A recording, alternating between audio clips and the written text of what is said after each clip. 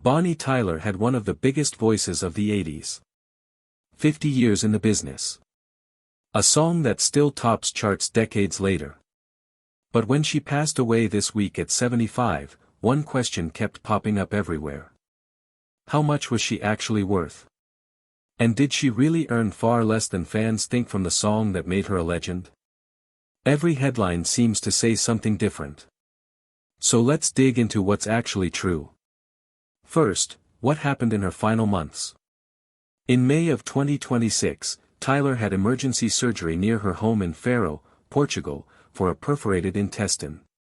She was placed in a medically induced coma. By June, her team said she'd woken up but was still very unwell, still in intensive care.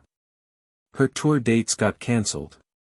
Then on July 9, her family announced she had passed away in the hospital. Tributes came pouring in fast. Rod Stewart, Tony Hadley, Catherine Zeta-Jones, even Downing Street. She left behind her husband of more than 50 years, Robert Sullivan. They never had children, after a miscarriage in her late 30s, something she talked about openly later in life. But here's the question nobody expected to be asking a week later: how did a coal miner's daughter from a council house end up rewriting music history? She was born Gaynor Hopkins in Skewen, Wales, in 1951. One of 6 kids. Deeply religious household, chapel 3 times every Sunday. She left school at 16 with no qualifications and went straight into a grocery shop job. Nothing pointed toward stardom. Then at 19, she entered a talent contest and came second. Not a win, but enough to convince her the stage was where she belonged. She spent years singing in pubs around South Wales before a talent scout heard her cover a Frida Payne song and knew he'd found something special.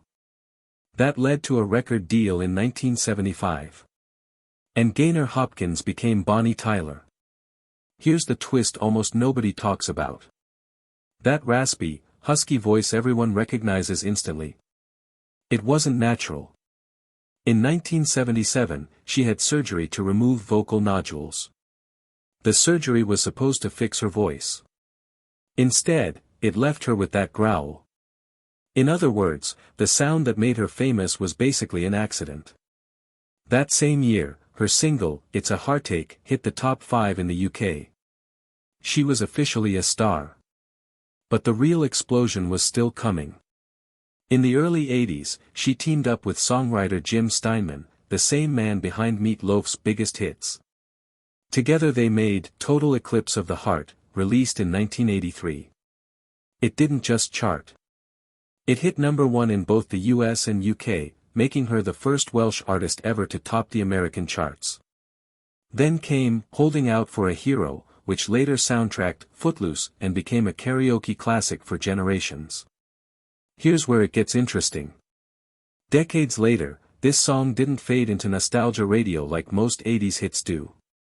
It kept exploding on streaming every time a real solar eclipse crossed the globe, in 2017 and again in 2024. By early 2026, it had crossed 1 billion streams on Spotify, making it the most streamed song by any Welsh artist ever. The music video passed 1.3 billion views. Sports arenas, movies, viral moments, it kept finding new generations of listeners. On the surface, that sounds like a guaranteed fortune. But the business behind it tells a very different story. Over 5 decades, Tyler sold more than 100 million records worldwide. Her 1983 album went multi-platinum across Europe. She picked up 3 Grammy nominations. By the time streaming took over the music world, she already had a career's worth of sales and touring history behind her. Streaming wasn't the foundation of her wealth. It was just the newest chapter. So if 1 billion streams doesn't automatically mean a fortune, what was she actually worth? According to Celebrity Net Worth's most recent estimate from January 2026, it sat around $40 million. Other outlets put it closer to 30 million. One even floated as high as 57 million. Why such a wild range? Because these estimates are built on educated guesswork. Royalty structures, touring income, real estate, none of it is fully disclosed publicly. And here's the part that actually contradicts the viral headlines. Tyler herself pushed back for years against the idea that 1 billion streams meant $1 billion payday. So why did she reportedly earn so little from the song's massive streaming success? One word. Publishing. Tyler didn't write Total Eclipse of the Heart. Jim Steinman did. And in music, the real long-term money usually lives in songwriting and publishing rights, not just performance royalties. Reports describe her streaming income from the song as surprisingly low, specifically because she never held the publishing rights to her own biggest hit.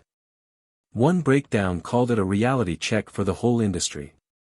You can have 1 billion streams and still make pennies if you don't own the rights. Ownership decides the payout, not popularity. So if the song wasn't the goldmine everyone assumed, where did her reported $40 million fortune actually come from? What if the real secret had nothing to do with music at all? According to that January 2026 profile, a huge chunk of her wealth was tied to real estate. Her husband Robert Sullivan is a British property developer and former Olympic-level judoka. While Bonnie was building a music catalog, he was quietly building something arguably more valuable, a diversified property empire. Their villa in Faro, Portugal was reportedly worth at least $10 million on its own. Beyond that, the couple reportedly owned more than 20 additional properties across London and Berkshire, farmland in Portugal and New Zealand, and more than 60 horse stables. The BBC reported 22 homes worldwide. Think about that for a second. Even without a single song, rental income from that many properties in some of England's priciest markets would put almost anyone near the top of the earnings ladder. Here's a question that stumped fans for years. If she was worth tens of millions, why was she still boarding tour buses across Europe in her 70s? The answer wasn't financial necessity. It was passion, and touring is one of the few places in music where artists actually keep a real share of the revenue, unlike the thin payouts from streaming. She had shows scheduled across the UK, Malta, Germany, Austria, Hungary, Turkey and Romania right up until her hospitalization. In 2013, she represented the UK at Eurovision. In 2023, she was made an MBE for services to music. She kept releasing albums well into the 2010s and kept collaborating with other artists. So which was it? A billionaire coasting on one old hit, or a working musician grinding out tour dates to keep the income flowing? The evidence says it was neither extreme, and honestly, a bit of both. Here's something the Fortune headlines completely miss. How do you even put a dollar figure on being the reason an entire generation still knows every word to a 1983 power ballad? This song has outlived MTV, outlived the CD, and outlived almost every other track from its era. That kind of cultural staying power isn't something any spreadsheet can fully capture. So after the villas, the 20-plus properties, the horse stables, the billion streams, and 5 decades on stage, what was she really worth? Honestly, nobody outside her immediate family and financial advisors ever knew for certain, and now, they likely never will with full precision.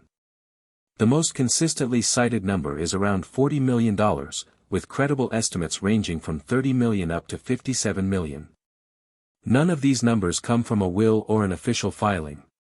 They're built from public information and industry knowledge, which is exactly why they keep shifting depending on who's doing the math. What is clear is that the viral idea of a musician getting rich purely off one massive streaming hit just doesn't hold up. Her wealth was built the old-fashioned way. Relentless touring. Selling over 100 million records. Decades of awards and certifications. And quietly investing in property alongside a husband who understood real estate far better than the industry ever understood streaming payouts. It's a much less dramatic story than the 1 billion streams equals $1 billion version that goes viral, but it's the one actually backed by the facts. Bonnie Tyler spent 7 years singing in pubs before anyone knew her name. She got the voice that made her famous from a surgery that went sideways. She watched another man's songwriting become the most streamed Welsh song in history. And she still ended up building one of the more financially savvy careers of her generation, just not in the way anyone assumed. From a council house in Skuen to 22 homes across 3 continents, her story has almost nothing to do with luck, and almost everything to do with quietly making the right moves, on stage and off it, for over 50 years.